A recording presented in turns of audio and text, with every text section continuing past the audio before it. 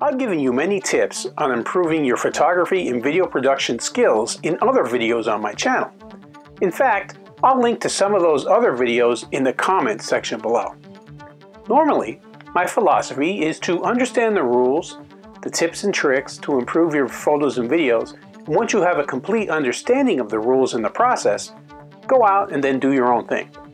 Develop your own style, intelligently break the rules if you have to, and just generally be creative. However, there is one rule that you should avoid breaking most all the time when shooting a video or film, and that is the 180-degree rule. Before shooting a conversation for your next film, consider the 180-degree rule. It's one of the most universally known rules of filmmaking. It's also known as the eye line or line of access or scene direction rule. Hi, I'm Jim Costa.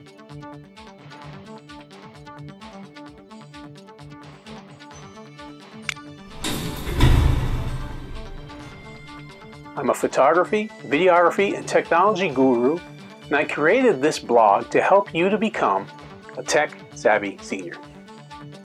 My tips and advice are useful to anyone, but my specific focus is in helping seniors to become more familiar with technology to improve their lives. The 180-degree rule is simple. When shooting a conversation or interaction between multiple characters, there's an invisible horizontal line between them that the camera should never cross. If you cross the line, you risk confusing the audience. By keeping the camera on the same axis or the same side of the two characters throughout the scene, you will avoid a jarring cut and prevent the characters from appearing reversed or not looking at the opposite character in the same way throughout the scene. Essentially, you want to keep the characters looking in the same direction throughout the scene, always. If your character starts out on the left side of the screen, looking to the right, you want to keep the camera on the same side of that 180-degree line, so that your subject continues to look to the right while situated on the left side of the screen, say looking this way. If you were to move the camera to the other side of the 180-degree line, the subject would then be flipped around and be facing the other direction, suddenly causing a jarring cut. So they would be on this side looking this way instead of this side looking this way. I have some images here to illustrate what I'm talking about. Notice in this image that there are two men, one in a blue shirt on the left looking right, and one in a magenta shirt on the right looking left. Even though there are three cameras on the screen in the bottom green section, and notice that the three images that are there, the man in blue is always on the left side of the screen, and the man in magenta is always on the right side of the screen, no matter which camera you're looking at. However, when you cross the imaginary 180-degree line down the center, the men switch places on the screen.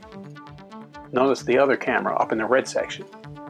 This creates a bad or jarring cut, and it is how you break the 180-degree rule. Now here's a similar example.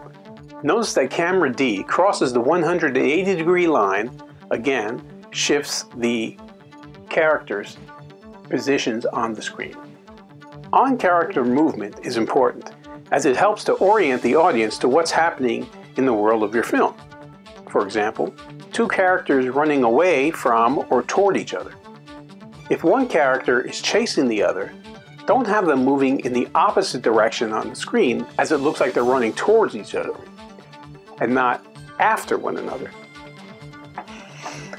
This might seem like exceptionally basic in its insight, but come shooting time, your dedication to maintaining the awareness of the 180-degree rule is vital to avoid a post-production editing nightmare. Now, if this is making sense to you, put Tech Savvy Senior in the comment section below.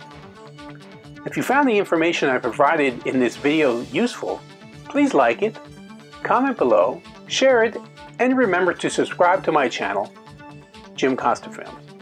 If you would like more information on becoming a Tech Savvy Senior, or to see other videos and photos, you can connect with me by looking for Jim Costa Films on Facebook, Instagram, Twitter, and online.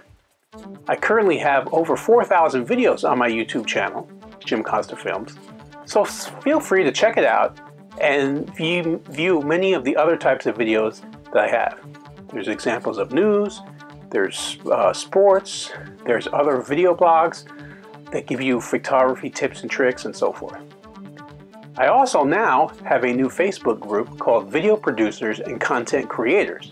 So look for that on Facebook to connect there, join the group, and you'll get even more pro tips and tricks.